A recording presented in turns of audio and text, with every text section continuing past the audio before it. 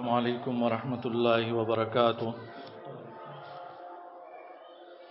ان الحمد للہ نحمده ونستعینه ونستغفره ونعوذ باللہ من شرور انفسنا ومن سیئات اعمالنا من يهده الله فلا مضل له ومن يضلل فلا هادي له أشهد أن لا إله إلا الله وحده لا شريك له وأشهد أن محمدًا عبده ورسوله يا أيها الذين آمنوا اتقوا الله حق تقاته ولا تموتن إلا وأنتم مسلمون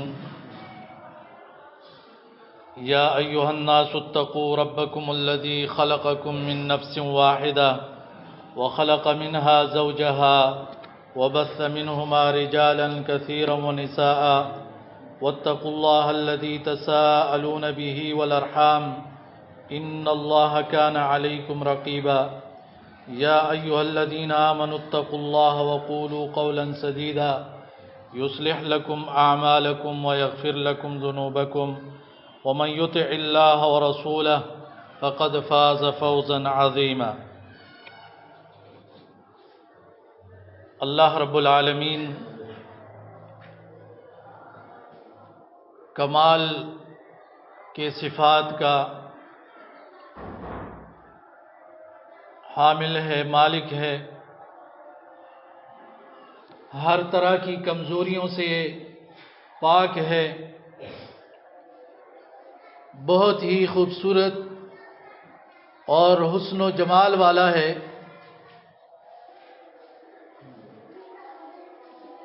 دنیا کے اندر اللہ نے بہت خوبصورتی رکھی ہوئی ہے۔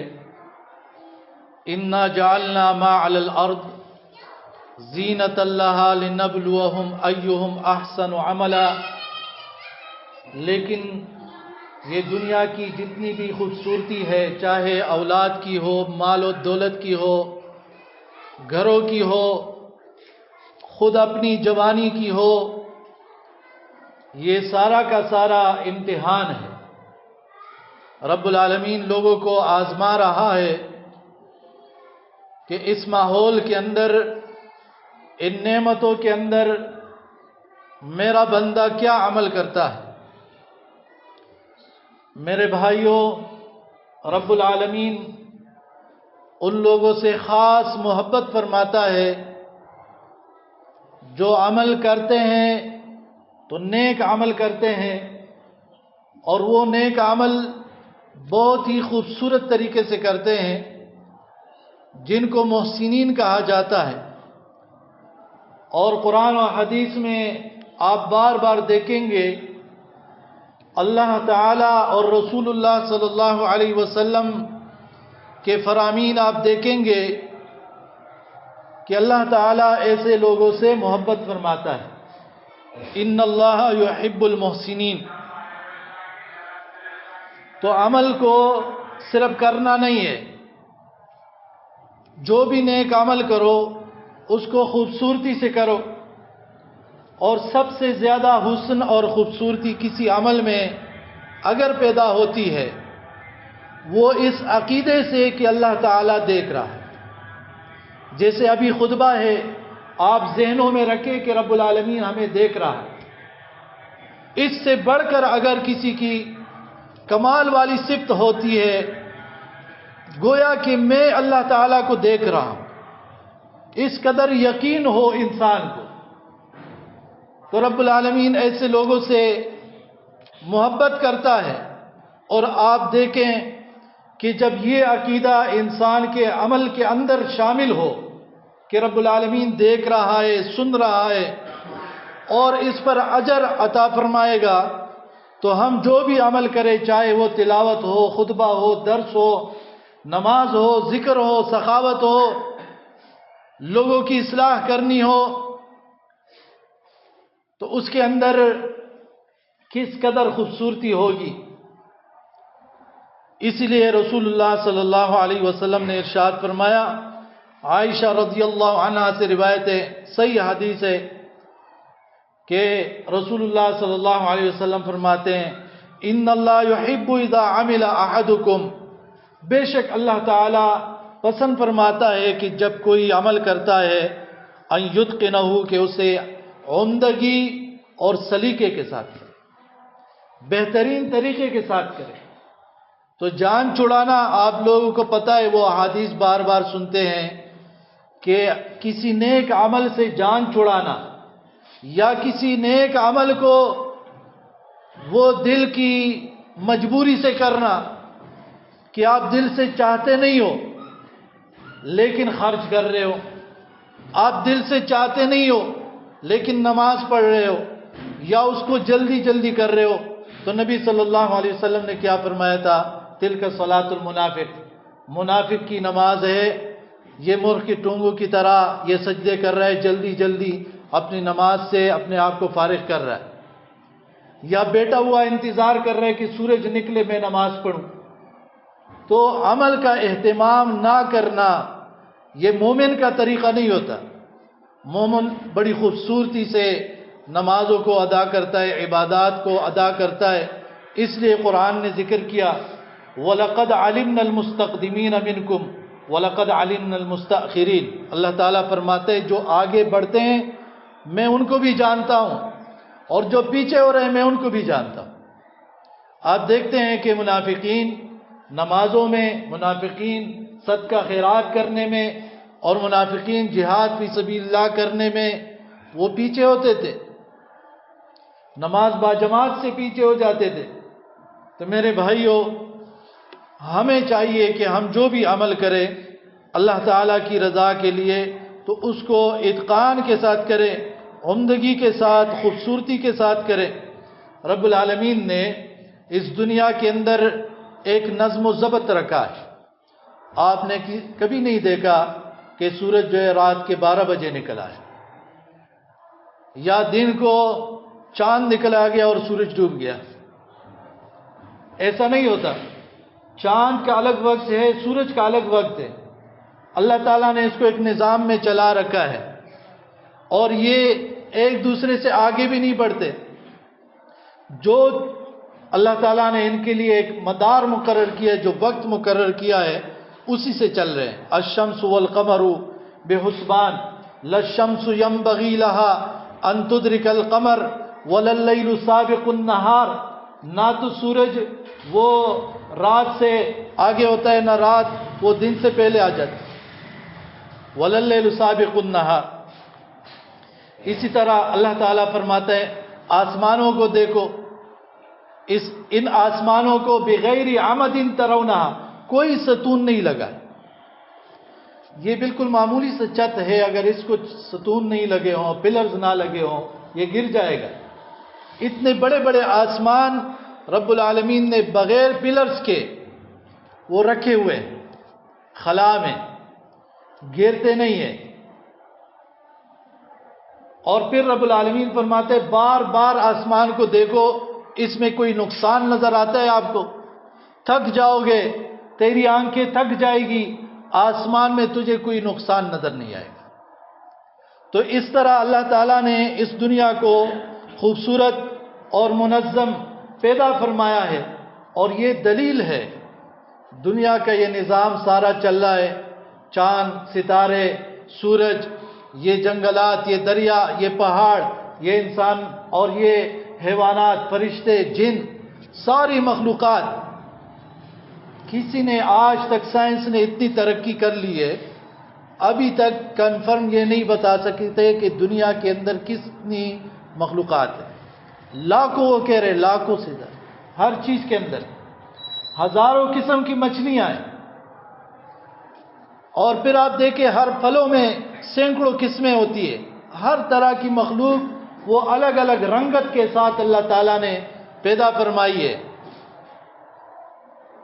یہ سارا نظام بڑی خوبصورتی سے چل رہا ہے، کیوں کہ اس کا چلانے والا صرف اور صرف ایک اللہ رب العالمین۔ اگر کسی ایک گھر میں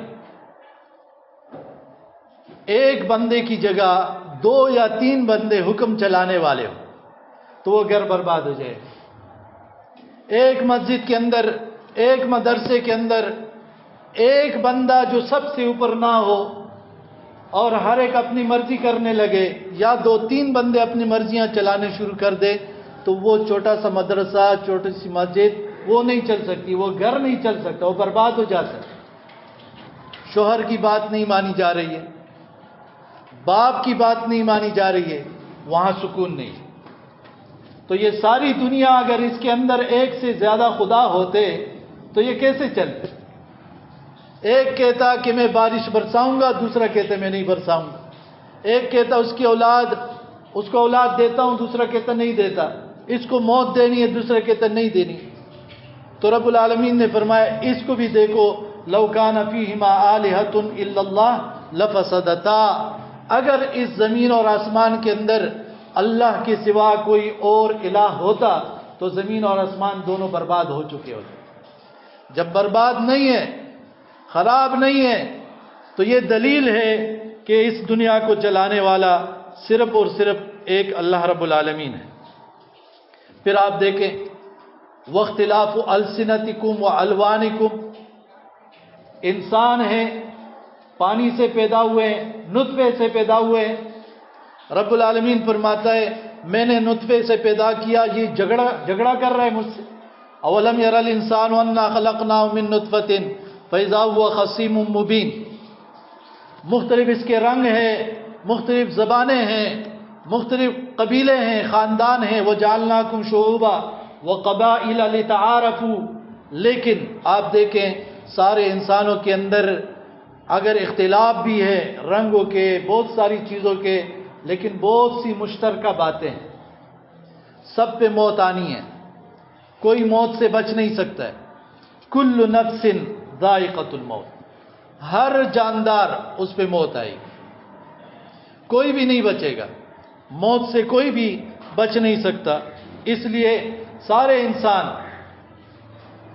مختلف علاقوں کے، مختلف زبانوں کے، لیکن رسول اللہ صلی اللہ علیہ وسلم نے فرمایا تم سب کا باپ ایک ہی ہے، آدم علیہ السلام۔ اس لیے کوئی کسی پر فخر نہیں کر سکتا، کوئی تکبر نہیں کر سکتا، انسان سارے کے سارے برابر ہیں۔ اگر کسی کو فضیلت ہے تو وہ خون کی وجہ سے، وہ رنگ کی وجہ سے، وہ خاندان اور نسل کی وجہ سے نہیں ہے، وہ نیک اعمال اور پرہیزگاری کی وجہ سے۔ ان اکرمکم عند اللہ اتقاکم، بلال رضی اللہ عنہ حبشی غلام تھے لیکن سردار تھے، سردار اپنے ایمان اور اعمال کی وجہ سے۔ تو ہمیشہ یہ بات یاد رکھیں، یہ جتنے بھی خاندان ہیں، قبائل ہیں، اللہ تعالیٰ نے اس کو تعارف کے لیے پیدا فرمایا، یہ فخر والی چیز نہیں ہے۔ اگر انسان کسی چیز کے ذریعے امید رکھ سکتا ہے تو وہ ایمان ہے، نیک اعمال۔ اسی سے ہماری جب روح نکلے گی آسانی سے نکلے گی، اسی کے ذریعے ہماری قبر کی زندگی آسان ہوگی، اسی کے ذریعے ہم قیامت کے دن کی رسوائی سے بچیں گے۔ آپ لوگ پتہ ہے مسلم کے اندر حدیث ہے، صحیح حدیث ہے، نبی صلی اللہ علیہ وسلم نے فرمایا میں نے جہنم میں دیکھا ایک بوڑھا شخص ہے، جہنم میں آگ میں جل رہا ہے۔ وہ کیا کرتا تھا، وہ اس کی جو لاٹھی تھی، کھونڈی، اس کے ذریعے لوگوں کے سامان چوری کرتا تھا۔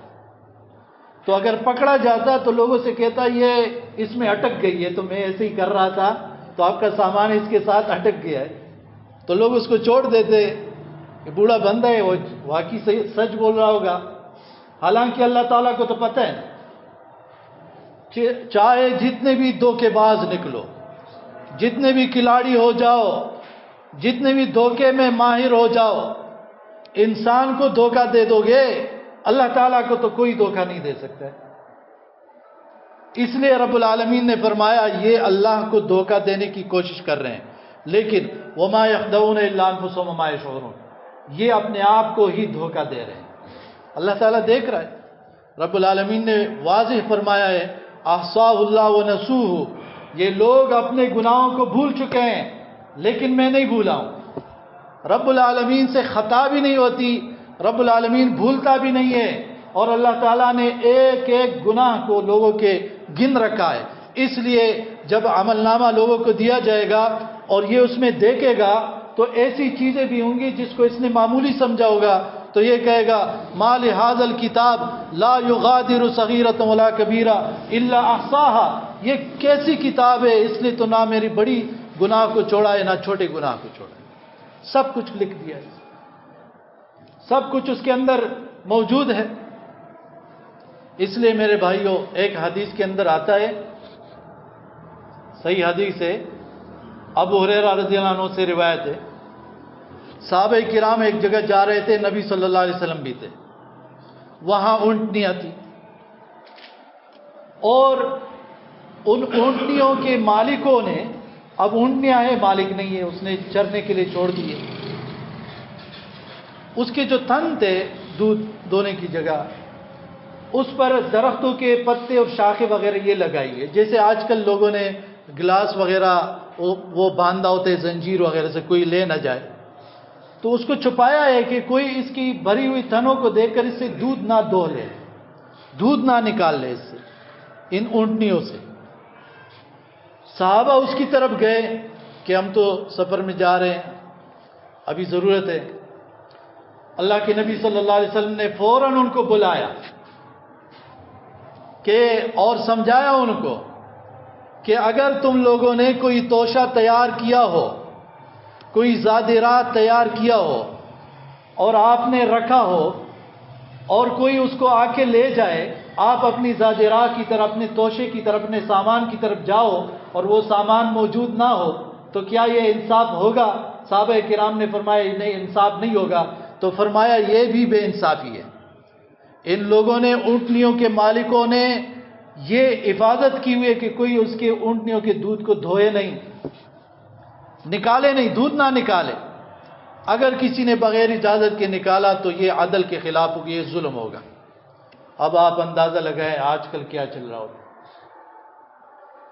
صحیح حدیث کے اندر ہے، رسول اللہ صلی اللہ علیہ وسلم نے ارشاد فرمایا، آپ کسی کی اجازت کے بغیر اس کی لاٹھی بھی نہیں اٹھا سکتے۔ لاٹھی کیا چیز؟ عصا، اجازت کے بغیر آپ لاٹھی بھی نہیں اٹھا سکتے۔ تو بخاری کے اندر تفصیل بتا دی نبی صلی اللہ علیہ وسلم نے۔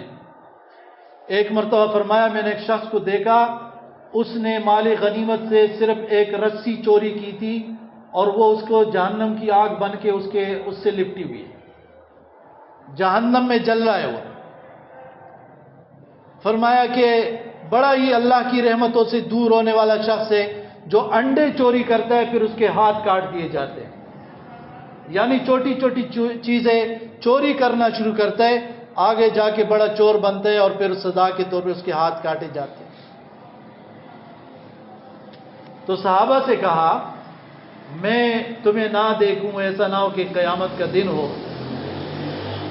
اور کسی کے گردن پر اونٹ لدا ہوا ہو اور اونٹ آوازیں نکال رہا ہو، چیخ رہا ہو، کسی کی گردنوں پر، کندھے پر گائے ہو اور وہ گائے آوازیں نکال رہی ہو، بکری ہو وہ آوازیں نکال رہی ہو، کسی کے کندھے پر کپڑے ہو۔ مراد اس سے کیا ہے؟ یعنی جس نے دنیا کے اندر یہ چیزیں چوری کی ہوگی، قیامت کے دن یہ اللہ تعالیٰ اس کے کندھوں پر، ان کے گردن پر رکھ کے وہ یہ شخص ایسا آئے گا، کتنا ذلیل ہوگا، کتنا رسوا ہوگا۔ پھر وہ شخص اگر اس نے چپل چوری کی ہوئے ہیں، اس نے کوئی گلاس چوری کی ہوئی ہے، کوئی کتاب چوری کی ہوئی ہے، کوئی پین چوری کیا ہوا ہے، تو اپنے ان معمولی چیزوں کے لیے اپنے آخرت کو برباد نہ کریں۔ تو میرے بھائیوں، رسول اللہ صلی اللہ علیہ وسلم نے یہ ساری تعلیمات دی ہوئی ہے اور ہمیں سمجھایا ہوا ہے، ساری چیزیں بتا دی ہیں، اور اس دنیا کے اس نظم و ضبط کو آپ دیکھیں، اللہ تعالیٰ ایک مسلمان کی زندگی کیسے چاہتا ہے۔ ایک شخص ہے، وقت سے پہلے اذان نہیں دے سکتا، اذان اچھی چیز ہے کہ نہیں ہے؟ نہیں دے سکتا۔ صبح کی 2 رکعت فرض ہے، 3 یا 4 رکعت فرض پڑھ سکتا ہے؟ نہیں پڑھ سکتا ہے۔ امام جب تک رکوع میں نہیں جائے، مقتدی رکوع میں جا سکتا ہے؟ نہیں جا سکتا۔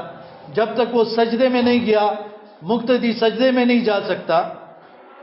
تو اللہ تعالیٰ ایک نظام رکھ رہا ہے مسلمانوں کا. ایک مسلمانوں کو اللہ تعالیٰ نے سمجھایا ہوا ہے کہ کس طریقے سے آپ نے اپنی زندگی گزارنی ہے. لیکن آج آپ دیکھیں، ایک حدیث کے اندر آتا ہے کہ آپ کسی مسلمان کو ڈرا بھی نہیں سکتے.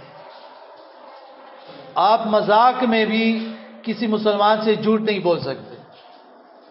آج لوگوں نے اس طرح کے مذاق بھی شروع کیے ہوئے ہیں. فون کر دیتے، بھائی آپ کے بھائی نے ایکسیڈنٹ کر لیا، آپ کا باپ مر گیا، فلاں جگہ فلاں اسپتال آ جاؤ. لوگ جمع ہوتے ہیں، کہتے اپریل فول ہے. کون سا اپریل؟ یہ تو کافروں کا طریقہ ہوگا. تمہیں کیا ہو گیا؟ تم تو مسلمان ہو. تمہیں مسلمانوں کافروں کے تہواروں سے کیا کام؟ مسلمان ہو کے کافروں کے کاموں سے تمہیں کیا؟ ایک حدیث میں آتا ہے، ایک مسلمان دوسرے کی طرف جو ہے اسلحے کا اشارہ کرتا ہے، یہ اللہ کی رحمتوں سے دور ہوتا ہے. اس کو ڈرا رہا ہے، مسلمان کو ڈرا رہا ہے.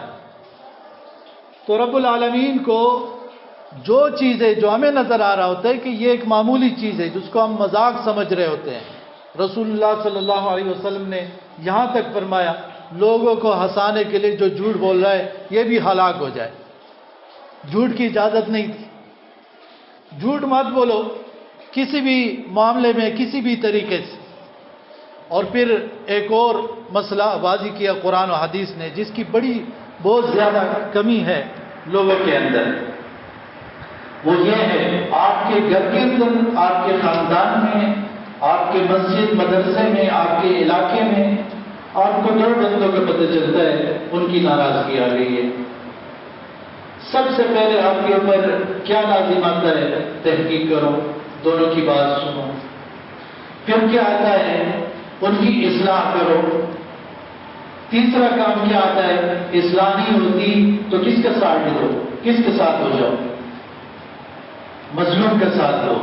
لیکن یہاں کیا ہوتا ہے؟ کون دونوں میں سے دیکھا جاتا ہے؟ رشتہ دار کون ہے؟ اجنبی کون ہے؟ امیر کون ہے؟ غریب کون ہے؟ کس سے مجھے آگے جا کے فائدہ ہو سکتا ہے، کس سے فائدہ نہیں ہو سکتا؟ کس کے ساتھ میرا لین دین آ سکتا ہے، کس کے ساتھ نہیں آ سکتا ہے؟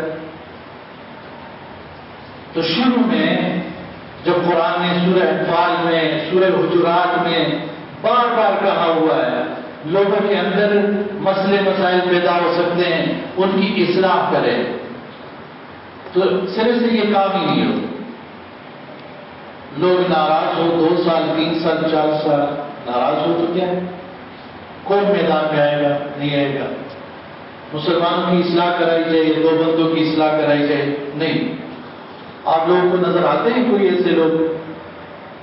بلکہ ابھی جو گاؤں کے ہاتھوں میں جو جرگے وغیرہ ہوتے ہیں وہ بھی تب میدان میں آتے ہیں، وہ بھی تب جرگہ رکھتے ہیں جب قتل ہو جائے، جب انتہائی لڑائی ہو جائے اور اس میں زخمی اور یہ سارے لوگ زخمی ہو جائے، اسپتالوں میں پہنچ جائے، تب جا کے حرکت میں آتے ہیں. ورنہ دیکھ رہے ہوتے ہیں کہ ان لوگوں کا ایسا معاملہ آیا ہے کہ یہ 1 مہینے بعد، 1 ہفتے بعد، 1 سال بعد قتل کی طرف جا سکتا ہے، یہ لڑائی کی طرف جا سکتا ہے. خاموش بیٹھے ہوتے ہیں، انتظار کر رہے ہوتے ہیں جب وہ حادثہ ہو جاتا ہے پھر میدان میں. یہ کون سی اصلاح ہے؟ یہ تو اصلاح نہیں. یہ تو وہی معاملہ ہو گیا، ایک بجلی کا تار وہ کھمبا خراب ہوتا ہے، خطرہ ہوتا ہے کہ بجلی کا تار گرے گا، کوئی مر جائے گا اس بجلی کے کرنٹ سے، نہیں ہٹے گا، کوئی اس کو ٹھیک کرنے کے لیے نہیں آئے گا.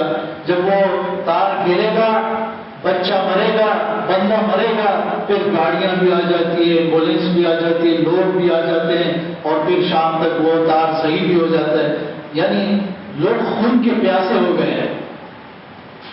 کسی چیز کو تب درست کریں گے جب خون بہے گا، کوئی مرے گا. لوگوں کی اصلاح تب کریں گے جب کوئی مرے گا، کوئی لڑائی ہوگی. تو رب العالمین نے بار بار ذکر فرمایا ہے کہ آپ لوگ اصلاح کریں، اور شروع میں کہا کہ ظالم کی بھی مدد کرو اور مظلوم کی بھی مدد کرو. صحابہ کرام نے فرمایا مظلوم کی مدد تو ہمیں سمجھ میں آتی ہے، ظالم کی مدد کیسے کرے؟ فرمایا ظالم کو ظلم سے روکو، اور آج کل کیا ہو رہا ہے؟ سچ بتائیں، آج کل کیا چل رہا ہے؟ ظالم اکثر طاقتور ہوتا ہے نا، اس وجہ سے تو ظلم کرتا ہے، تو لوگ ظالم کا ساتھ دیتے ہیں۔ اور قرآن میں واضح طور پر ہے وَلَا تَرْكَنُوا إِلَى الَّذِينَ ظَلَمُوا، ظالموں کا ساتھ مت دینا، ظالموں کے طرفدار نہیں بن جانا۔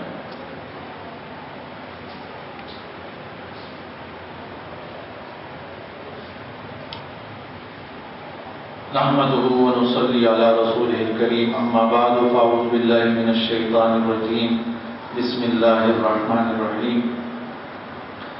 میرے بھائیو، پورے کے پورے اسلام میں داخل ہونا چاہیے۔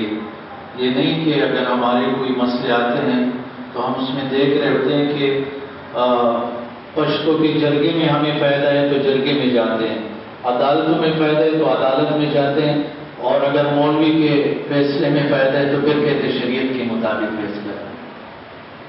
یہ انسان خود اپنے آپ کو دھوکہ دے دے گا، اللہ تعالیٰ کو دھوکہ نہیں دے سکتا۔ اسی طرح اللہ تعالیٰ فرماتے ہیں متفقین ہلاک ہو جائیں، یہ اپنا حق لیتے ہے تو پورا لیتا ہے، دوسرے کو دیتا ہے تو نہیں دیتا، پورا نہیں دیتا۔ لوگ اسی میں لگے ہوتے ہیں، اپنا ایک روپیہ بھی کسی کو نہیں چھوڑتے، اور دوسرے کے لاکھوں روپے پہ قبضہ کیا ہوا ہے، زمینوں پہ قبضہ، جائیدادوں پہ قبضہ، گھروں پہ قبضہ۔ تو رب العالمین ان تمام چیزوں کا پوچھے گا، اور اللہ تعالیٰ ذرے ذرے کا حساب لینے والا ہے۔ اور اللہ تعالیٰ نے سمجھایا ہوا ہے کہ ظالم شخص یہ نہ سمجھے کہ اس کو سزا نہیں مل رہی تو اللہ تعالیٰ کو پتہ نہیں ہے، اللہ تعالیٰ کو پتہ ہے، لیکن رب العالمین جو فوراً پکڑتا نہیں ہے تو اس کی وجہ یہ ہوتی ہے کہ رب العالمین مہلت دیتا ہے۔ آخری حدیث آپ کے سامنے رکھتا ہوں۔ عبداللہ بن رواحہ رضی اللہ عنہ خیبر گئے، وہاں یہودیوں کی زمینوں کی پیداوار کو تقسیم کیا اچھے طریقے سے، یہودیوں کی۔ تو جب یہودیوں نے دیکھا کہ اس قدر بہتر طریقے سے انہوں نے اس مال کو تقسیم کیا، پیداوار کو تقسیم کیا، تو انہوں نے کہا ھذا الحق وبہ تقوم السماوات والارض، یہی انصاف ہے جس کے ذریعے، جس کی وجہ سے زمین اور آسمان قائم۔ یہودیوں نے گواہی دی۔ آج مسلمان بھی نہیں کہے گا کہاں انصاف، کہاں جائے انصاف کے لیے، کہاں جائے، کون انصاف کا فیصلہ کرے؟ تو رب العالمین مجھے بھی اور آپ سب کو قرآن و سنت صحیح طریقے سے سمجھنے اور اس پر عمل کرنے کی توفیق عطا فرمائے، اور دنیا کے کسی لالچ اور خوف کے بغیر قرآن و حدیث سیکھنے اور اس پر عمل کرنے کی توفیق عطا فرمائے۔ اللہ کی رضا کے لیے اقول قولی ھذا استغفر اللہ لي ولکم۔